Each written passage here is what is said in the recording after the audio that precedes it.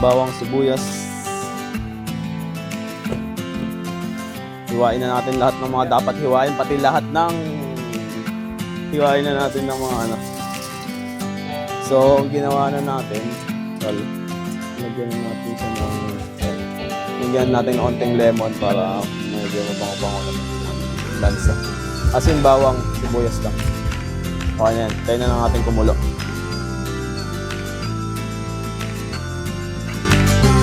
Ayan mga tol. Lager ko na yun. So, wala, tol lang.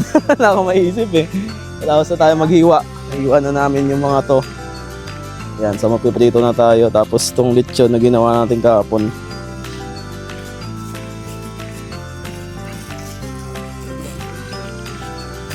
So ito na pupoil na lang natin sa natin niluto sa uling. Kasi wala tayong pangtuhog. So yun muna tol, magprito muna tayo. Takip pa sa'yo, takip. Tol, tapos na tayo magprito. Kalimutan natin, may ginawa kasi tayo kanina. Kaya medyo nasunog yung unang nilagay natin, yung ulo pa naman yun. Nagpapaliwanag na dito yun. Mag-isa na lang naiwan nun.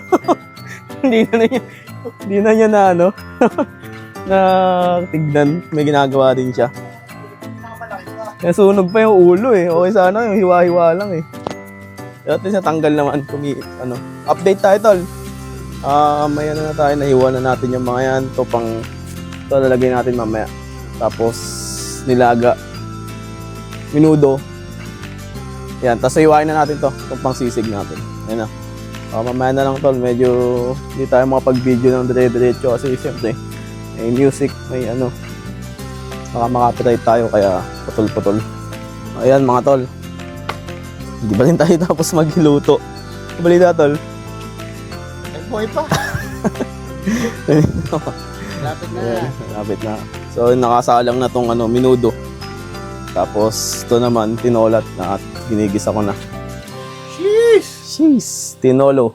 Itong ano to? Nilaga, luto na. Nilagang pata. Tapos yung sisig tapos na din. Na mekos-mekos na yan. Ayan. Sisigla ng bunga. Ito naman yung lechon manok natin.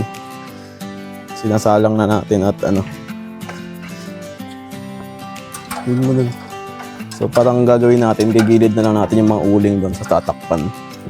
Para hindi siya mabigla, maluto yung loob. So papakita ko sa inyo yung buong cottage natin na ginamit ngayong birthday ni Brad Jan.